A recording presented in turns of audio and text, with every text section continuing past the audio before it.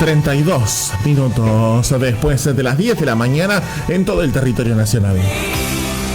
Ya le vamos a dar la bienvenida. Nosotros en esta mañana está para charlar con nosotros, analizar un poco el panorama político y cómo se vienen las próximas elecciones y bueno, obviamente también los proyectos de cara a estas elecciones. Susana Nani Ferroni por la Unidad Popular, a quien le damos la bienvenida. Nani, ¿cómo te va? Buen día. ¿Qué tal? Hola Nico, hola Juan Cruz. Bien. Bueno, gracias por venir como siempre. No, gracias a ustedes por invitarnos a todos. Nani, se viene esta segunda etapa. Está difícil porque todo el mundo, viste, analizamos los números, está difícil, pero no imposible. Todavía hay que pasar por la elección. ¿Cuáles son las ideas de ustedes de cara a estas elecciones y qué es lo que se pretenden cambiar de llegar con tener 2 bancas en el Consejo, que es un buen número? Sí, nosotros lo que pretendemos sobre todo es darle más peso a la posibilidad de los habitantes funenses de pensar en una posibilidad concreta de hacer ciudad de otra manera. Esta elección, estas pasos, se vieron como muy marcadas por una grieta a nivel nacional que a nivel local es inexistente. ¿Por qué digo que a nivel local es inexistente? Porque no hay una diferencia en el modelo de ciudad que proponen ni quienes hoy están en Cambiemos o en su momento estuvieron en el Frente Progresista y quienes hoy están en el gobierno desde el justicialismo. Lo que están disputando a nivel local básicamente es si uno es más eficiente que el otro, de lo que fueron los otros, o si uno es más amable y trata mejor a sus interlocutores que quien está hoy en día en el gobierno. Pero no están discutiendo cómo hacemos la ciudad, quién gana con esta ciudad y quién pierde con esta ciudad sobre todo. Porque a nosotros lo que nos preocupa es quiénes somos los que estamos perdiendo con este modelo de construir ciudad. Esta ciudad, hoy en día, yo me vine a vivir a Funes porque me gustaba, pero también me vine a vivir a Funes porque pude comprar un terreno. Hoy en día, para cualquier trabajador o trabajadores, porque ni siquiera en pareja y juntando sueldos y o teniendo la suerte de poder sacar un crédito, puede comprar un terreno en esta ciudad. Incluso se hace difícil hasta conseguir un alquiler en esta ciudad para un trabajador. Y eso no está en discusión en ninguno de los grandes frentes. Todos vienen promoviendo desde el 92 el mismo modelo de ciudad, la misma forma de urbanizar y la idea de que hacer ciudades es hacer lotes, nada más que hacer lotes. Ahora le estamos agregando hacer lotes con mejor acceso, con acceso más cómodo, no sé si mejor, porque seguimos teniendo la misma necesidad de hacer, en mi caso, 7 kilómetros para llegar a una escuela por ahí, la imposibilidad de moverse en bicicleta, acceso más cómodo para el auto, porque tenemos calles pavimentadas, pero seguimos teniendo la misma ciudad extensa, sin los usos necesarios para la vida cotidiana de sus habitantes en cada uno de los barrios.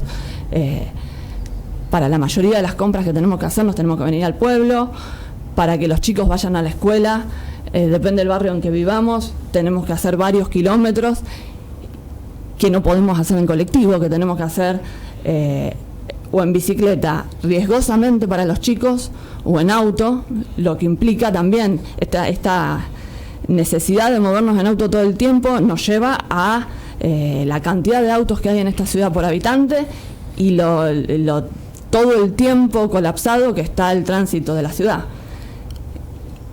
Y nuestros chicos se van yendo a Rosario. Hablando de todo esto de la cuestión de la ciudad, de su organización, ¿cuál es el modelo de ciudad que ustedes proponen? Y en este momento, bueno, primero, de alguna manera sería lo más sencillo, la primera etapa que podríamos atacar, porque no necesita cambios demasiado estructurales, es el tema de promover que en cada uno de los barrios haya ejes comerciales, centros comerciales, lo cual implica no solamente definir una calle como arteria comercial, que es algo que venimos haciendo desde ya el primer periodo de Mauro como concejal, sino cambiar los usos y generar políticas impositivas que favorezcan al comerciante que se quiere instalar en esa calle. A ver, para redondearlo o blanquearlo.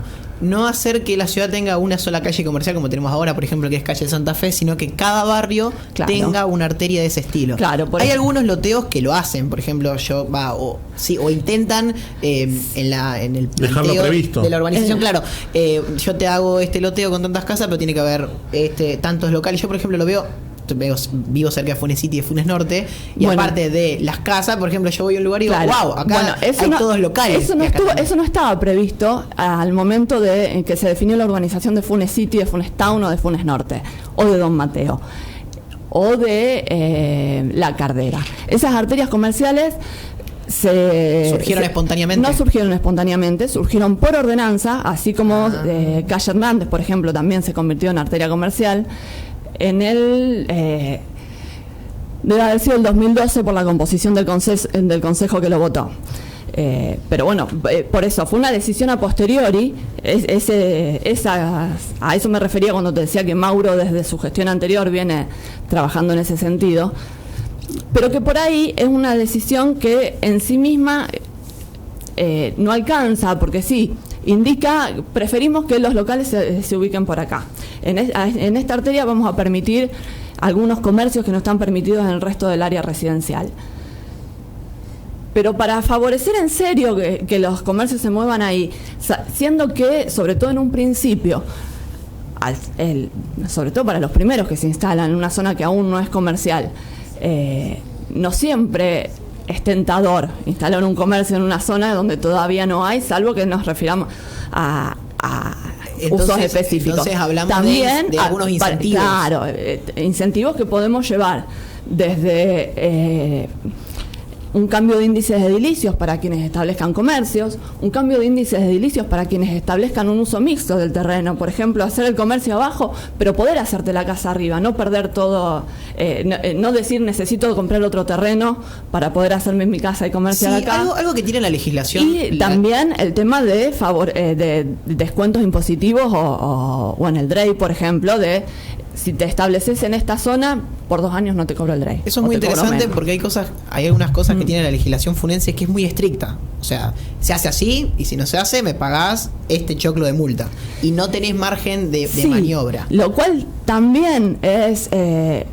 vos te referías a la ordenanza de plusvalía, por ejemplo. Sí, pero en general, digo, permitirle a una persona, por ejemplo, no solo tener su comercio, sino también tener su casa, es bastante interesante porque las ordenanzas forenses en cuestiones edilicias son muy estrictas, de que vos te pasas un poquito y ya estás en serios problemas. Claro, y el que se pasa un poquito y quiere hacerlo con la ordenanza de plusvalía, que es la que hoy en día de alguna manera te lo legaliza, es una ordenanza que también se presenta con un nombre muy zurdo, que a vos no te va a gustar, calculo, lo de hablar de plusvalía. Sí, pero es resaqueador. Y al mismo tiempo, al mismo tiempo pasa eso. Para el vecino chiquito, no es una recuperación de la plusvalía en los términos de que Marx podría entender la plusvalía. Porque no estamos recuperando. La plusvalía se trataría de el beneficio que tenés por un uso mayor del terreno, que una parte se la devolvamos al Estado, que es quien te da, el Estado municipal, quien te está permitiendo tener esa ganancia al cambiarte el uso. Claro, pero yo no creo... es muy desigual que le exijamos a un comercio que quiera ampliar 20 metros, que nos termine pagando prácticamente, a veces hay ocasiones en que es lo mismo que va a gastar en obra, y a veces es más de lo que va a gastar en la obra, en la parte de albañilería, mientras quien realmente se está llevando la plusvalía urbana, que son quienes hacen grandes barrios, que tardan mucho tiempo en habitarse, que no generan vivienda para nosotros, para quienes vivimos en esta ciudad, o para quienes necesitamos un beneficio, una ayuda del Estado para acceder al lote. La plusvalía son monedas. Y son monedas que aparte se negocian con ellos, no están tabuladas como está tabulada la plusvalía que tendría que pagar un vecino que quiera hacer un dormitorio más para su hijo. Claro, eso es lo preocupante. Un vecino quiere ampliar su casa dentro de su terreno. Llegó un mensaje la semana pasada. No estamos hablando de agarrar tierra de la municipalidad de la ciudad, sino dentro de tu propio terreno que vos ya pagaste, etcétera. Vos querés ampliarlo y tenés que terminar pagando, creo que el 5% del valor total. No, es una relación, tiene que ver con el costo de la obra, con la superficie del terreno, con cuánto te excedes de las normas. Vos cuando comprás un terreno también comprás las posibilidades o sea, cuando comprás un terreno no es que comprás la absolutidad del terreno, comprás un terreno en el que ya sabés que podés hacer determinadas cosas o no. Entonces, porque si no, son las herramientas que tiene una ciudad también para definir cómo es. Nosotros, y para para definir también de qué se puede hacer cargo y qué no. Si nosotros, por ejemplo, yo vivo en zona 9, en una zona que no tiene agua, no tiene cloacas, tiene muy mal servicio de luz, de EP, porque no nos llega la atención, no llega, no hay buena atención. Nosotros en esa zona permitiésemos construir, que cualquiera hiciese lo que quisiese, y se construyese una torre de 20 pisos, nos inundamos todos de nuestros inodoros, empiezan a salir el derrame. Me parece que es una exageración, pero sí se entiende el punto. Obviamente fue una exageración para que se entendiera el punto. Sí, estamos también con una ordenanza. Entiendo lo que decís en el sentido de que nuestra ordenanza es una ordenanza que atrasa. Es una ordenanza pensada en el 85, pensada en otra ciudad y pensada con otro precio del metro cuadrado. Entonces, se quería fomentar una ciudad verde, una ciudad donde, por ejemplo, pudiésemos tener un pozo ciego sin que nos empezase a resumar a cada rato.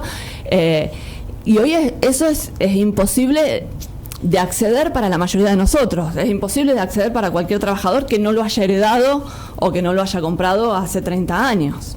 Claro. Nani, haciendo referencia un poco a esto de los emprendimientos, y es algo que le venimos preguntando a todos los candidatos, el tema de la Plaza Don Bosco es uno de los temas que a muchos vecinos hoy les preocupa.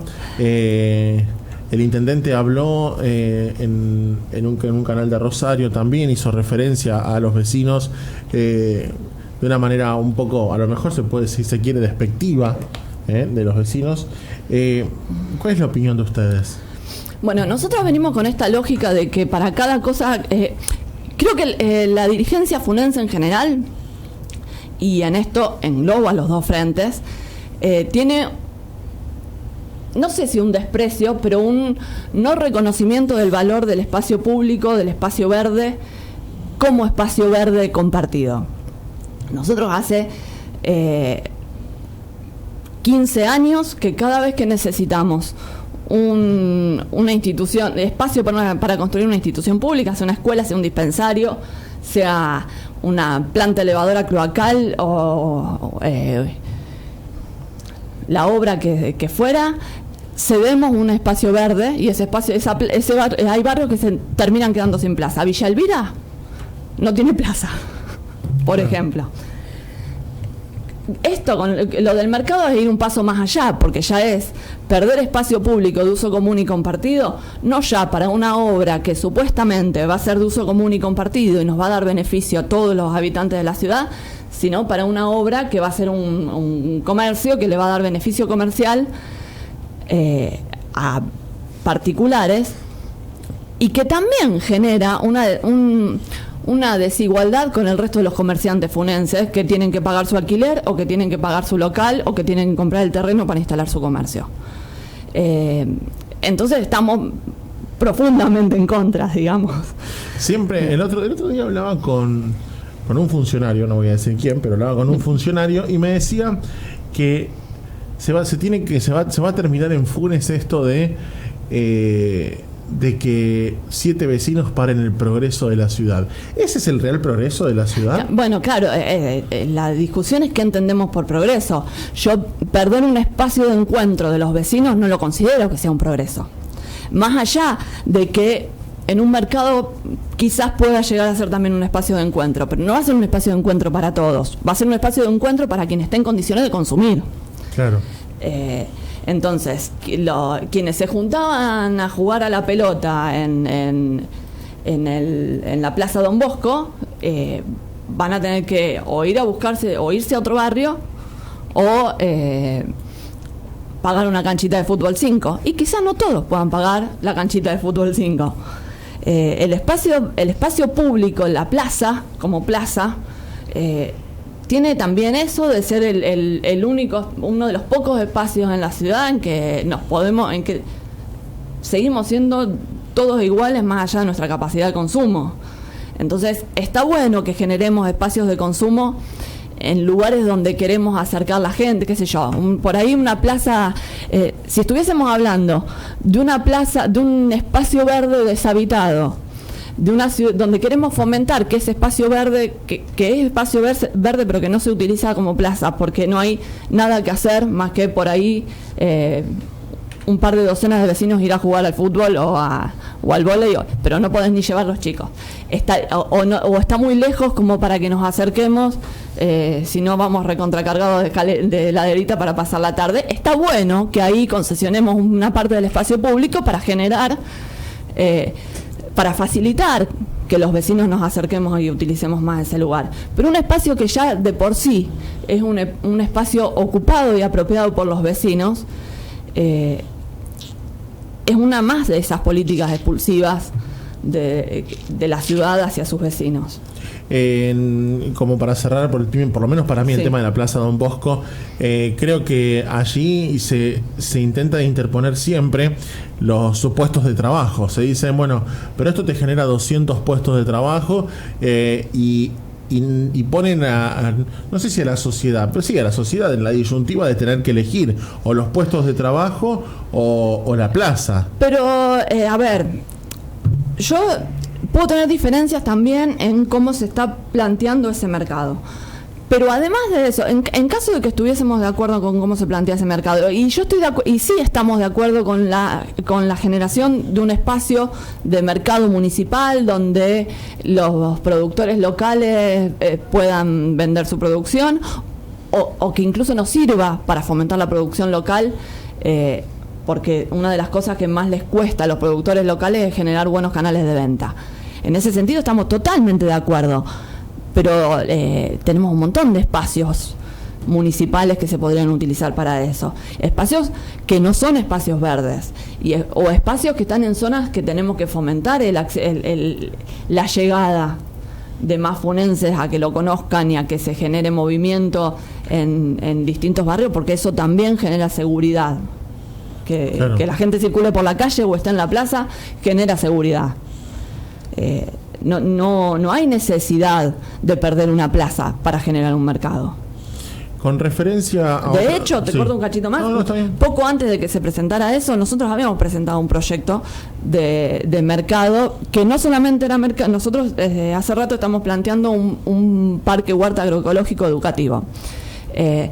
Una de las patas de los cuales es un mercado de productores.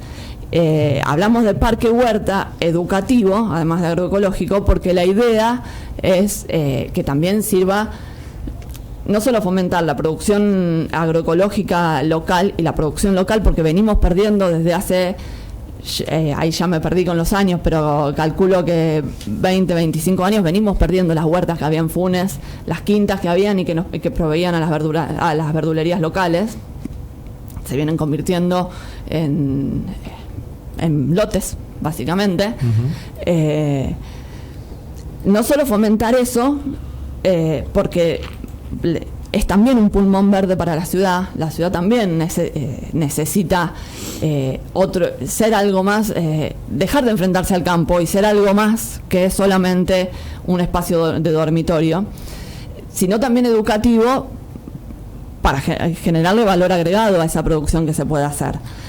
Y el espacio de venta y el espacio de exposición es fundamental, y es fundamental para el montón de productores locales que tenemos en la ciudad, que son chiquitos y que algunos quieren crecer y que otros están conformes con su tamaño porque es el estilo de vida que eligieron, pero que siempre van a laburar mejor en redes que individualmente. Nani, ¿quién financia la campaña de ustedes? Nosotros. Hay parte que nos financia Carlos Delfrade, nos ha pagado volantes, nos ha pagado, bueno, o sea, el partido a nivel provincial, digamos, claro. no Carlos de su bolsillo, obviamente, y nos ha pagado un par de carteles, y nosotros, Mauro y quienes trabajamos en el consejo, desde que empezamos a trabajar, dejamos un porcentaje de nuestro sueldo en una cajita que sirve, que en teoría era para pagar campaña, con esto de la pandemia que nos llevó a que la biblioteca se achicara mucho en su funcionamiento, y entonces el mantenimiento económico de la biblioteca, que estaba asegurado antes a través de los eventos y a través de los talleres, del porcentaje que dejan los talleres, durante todo el año y pico que estuvimos cerrados definitivamente, o sea, completamente, salió de esa misma caja. Entonces quedamos con poca caja, pero bueno, entre los militantes y los aportes partidarios que hacemos quienes tenemos un espacio de trabajo al que llegamos con el partido. Siempre es lindo saber quién financia las campañas, porque son también los compromisos contraídos en ese momento si llegas al consejo muchas veces. Tengo una pregunta, perdón, relacionada con el financiamiento de la campaña. Sí. Teniendo en cuenta que su espacio tiene una conformación y un ideario bastante marcado, si viniera algún gran aportante, si surgiera alguna persona X con mucho dinero y dijera, yo quiero aportar a su campaña, no a su espacio, no a la biblioteca, sino yo quiero aportar a su campaña, ¿ustedes lo aceptarían esa donación, ese aporte? La verdad que nunca nos pasó. Claro, o sea, es un hipotético, pero también pasa, yo también creo que cuando uno se siente en deuda, yo creo que vos te referías en el sentido de si eso nos limitaría, ponele, viene un aportante y si a mí me daría miedo que ese aporte después me limitara a la hora de tomar decisiones. En general, no, porque hay seguramente, no tengo el dato específico, pero seguramente los grandes partidos de la ciudad deben tener grandes aportantes, seguramente privados. Entonces, usted como partido chico, llegara en algún momento. Los aportes de campaña y los gastos de campaña se tienen que rendir ante el ministerio, ante el tribunal electoral.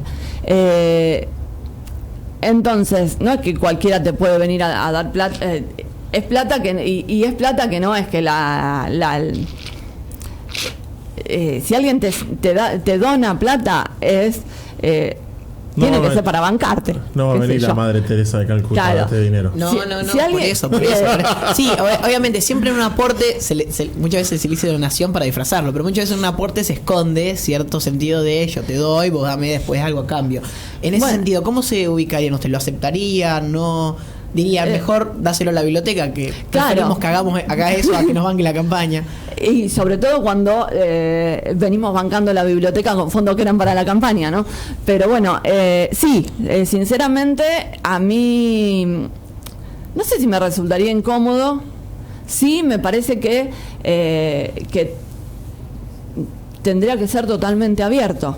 O sea, mostremos qué pasa esto, porque si no también después puede venir la apretada por el lado de vos aceptaste plata y no, bueno, sí, vos me ofreciste, listo, querés colaborar con considerás que querés apoyar nuestro proyecto, apoyarlo también, no solamente con plata, sino manifestando que apoya nuestro proyecto. Bueno, mostrando. Por eso sería, pero deja en claro que tiene que apoyar el proyecto. Claro. No tiene que acá, no puede venir después a decir, no, me tenés que votar el barrio, pero si saben que ellos no acompañan esas iniciativas. Está bien, y la pregunta era en torno a qué harían, ¿no? Sin ningún tipo de cómo manejarte. Claro, básicamente eso. Y también quería, vos tenés una trayectoria de trabajo legislativo bastante importante, no sé cuán larga es, no tengo los datos específicos, pero tenés experiencia trabajando legislativamente. Consejo, no desde una banca, pero sí en el trabajo diario. ¿podrías contarle un poco? Porque creo que es una faceta que la gente no conoce de tu trabajo como asesora. Fuiste secretaria del consejo, me parece. Contale un poco a la gente, o sea, cómo es, porque también es una experiencia que después puede contribuir especialmente al trabajo diario dentro del consejo. Yo entré al consejo, la primera vez que entré al consejo, en realidad no entré como secretaria, entré apenas me vine a vivir a Funes. Yo venía de militar en la universidad y mucho en el programa de alfabetización nacional Nunca es tarde. Y era la época en que estaban los planes Trabajar. Los planes Trabajar precisaban una contraprestación que podía ser o en trabajo o en formación. Entonces yo la primera vez que me acerqué al consejo fue para ofrecer alfabetizar a quienes estuviesen un plan Trabajar y no estuviesen alfabetizados. Bueno, fue no llegó a resultados.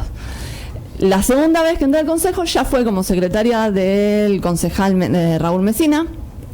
Estuve trabajando 1 año y pico con él hasta que dejó de ser concejal. Poco tiempo como 1 año después me vino a buscar Abel Otaño, que era concejal, que quería armar una lista. Había armado una lista para que formara parte de la lista y también para que empezase a trabajar con él, a conformar un grupo, y empecé a trabajar en el consejo con él. Ahí ya como secretaria. Que era secretaria del consejo, pero también hacía un trabajo. No, primero estuve un tiempo como asesora de Abel y después empecé a trabajar como secretaria. Trabajé 4 años como secretaria del consejo. Haciendo trabajo administrativo. El trabajo específico del secretario del consejo tiene que ver con ordenar, digamos, los proyectos que entran y las notas particulares que entran y darle forma para que lo puedan discutir los concejales. Muchas veces también hace falta, eso depende de cada conformación del consejo y de cada conformación de bloque, que a veces tienen asesores y a otras veces no. Muchas veces también buscar información en cuanto a legislación, por ahí puede pasar que un concejal traiga un proyecto que en los papeles en el momento le parece que está buenísimo, pero que o se opone a alguna otra normativa local o se opone a alguna ley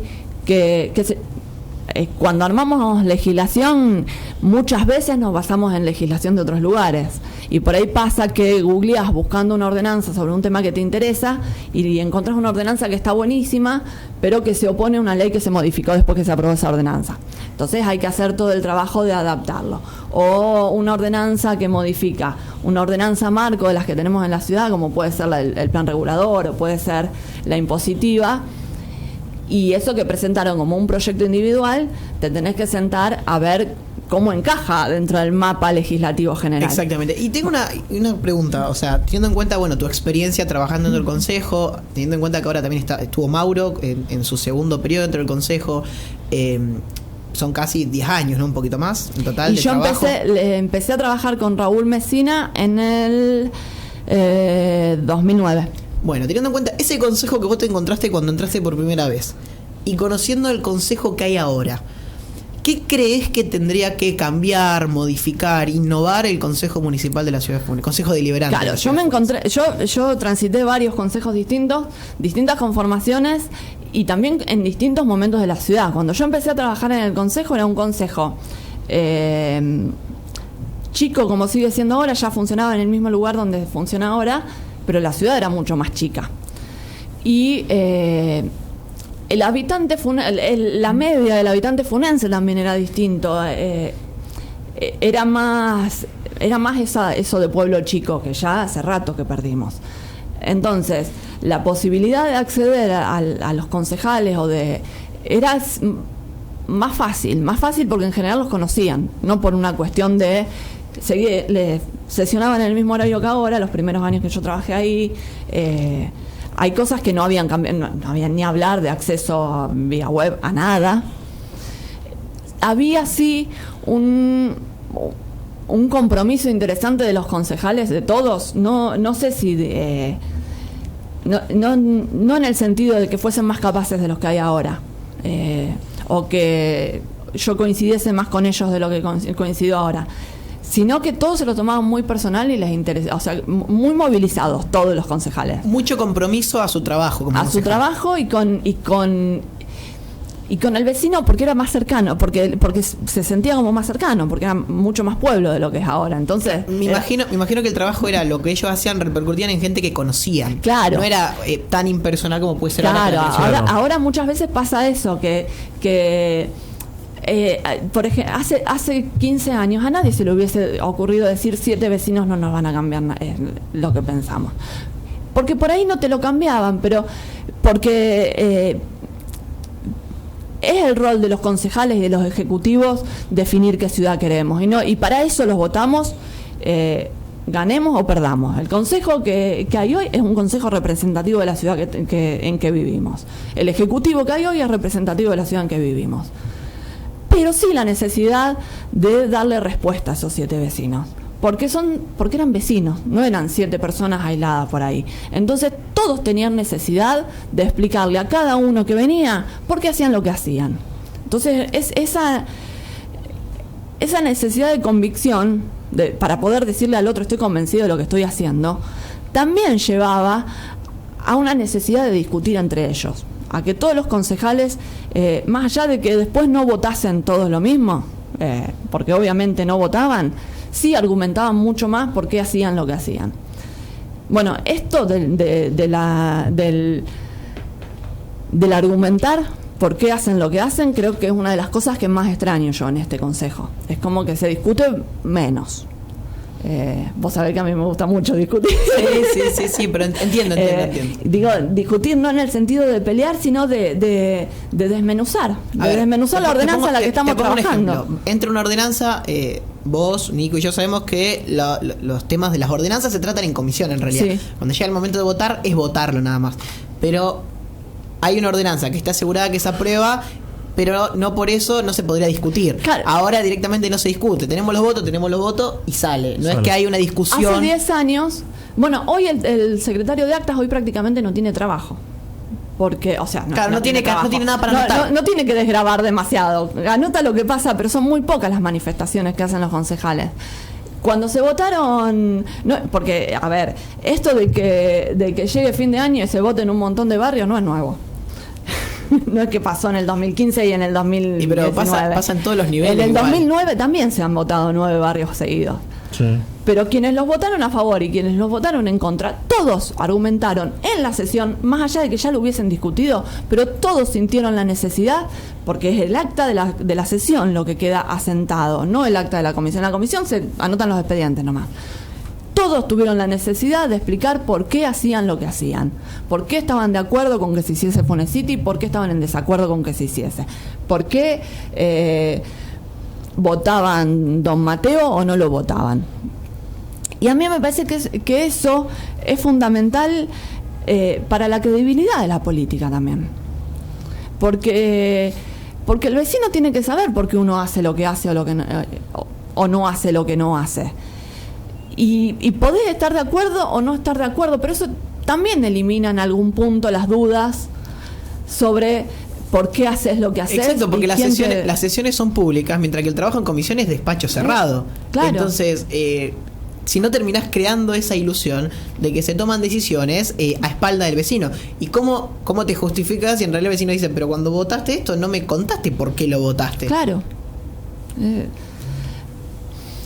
Sí, la realidad es que ha cambiado mucho el consejo y en algunas cosas como que ha retrocedido. Creo que lo que decía Nani es algo importante. También las manifestaciones de los concejales en la sesión ayudaba mucho a la prensa también a saber cuál era la idea de cada concejal también a la hora de posicionarse tras su voto, ¿no? Claro, quizás también ayudaba que no solamente estaba el grabador de la secretaria de actas, sino muchas veces estaba la prensa durante las sesiones. Claro. Era otro momento también de la prensa local. Era la época en que teníamos un canal de cable que tenía un programa, un noticiero diario, que era exclusivamente local, ¿no? Ahora tenemos solamente el regional, y que tenía en el horario de las sesiones, el cable pasaba la sesión completa. Claro. ¿Cuántos vecinos lo veían? No sé. Yo sé que también tiene que ver con eso el funcionamiento de la prensa, con que la prensa independiente necesita mantenerse, entonces necesita programas que la gente escuche o que la gente vea. Exacto. No es solamente el rol social. Nani. Bueno, pero no podemos no pasar la sesión, pero nosotros, si en una sesión si la cubrimos, después vamos a hablar de lo que se dio. Obvio. Tal vez no es de la manera, la formalidad aburrida. Claro, no, porque aparte al vecino no le puede interesar, pero después en un programa de política podés resumir los principales 5 puntos de la sesión y el vecino se termina enterando. O podés haber escuchado alguna manifestación que te parece interesante y esa sí la pasás. Es más, la o un grabábamos. recorte. Yo la grababa. Sí. Gran parte de la sesión. Nani, yo de mi parte preguntarte ¿por qué la gente debe acompañarte con el voto el próximo 14 de noviembre? Para fortalecer esta posibilidad de pensar que hay una ciudad distinta posible, porque un voto perdido en el Consejo como el de Mauro, un voto contra 5 que con matices defienden el mismo proyecto de ciudad, no cambia demasiado lo que pasa ahí adentro. Es para que sea menos testimonial también, para empezar a formar un bloque que pueda empezar a pensar una ciudad, que pueda empezar a pensar un gobierno de ciudad distinto. Y que no significa, cuando nosotros no votamos un barrio o no significa que estemos en contra de los emprendedores o de que la ciudad crezca. Estamos en contra de que crezca a costa de algunos. Estamos en contra de que la tierra sea un valor de acumulación y nos impida a nosotros tenerla como un bien de uso y aprovecharla. Pero necesitamos que haya tierra esta necesidad que tenemos nosotros de tener tierra o de tener departamentos o vivienda chica más accesible, también es una posibilidad de negocios para algunos. Claro. No es estar en contra de quien hace negocios, es que esos negocios nos sirvan a todos. Nani, agradecerte por tu visita, como siempre, y la predisposición para charlar. No, gracias a ustedes. Señoras y señores, pausa, quédate ahí, no te muevas, hasta las 12 del mediodía, todavía nos queda un camino por recorrer en este Política y Punto de este sábado. Dale, ya venimos. Me sentí pisoteado por toda la sociedad, me tuve que hacer fuerte por necesidad.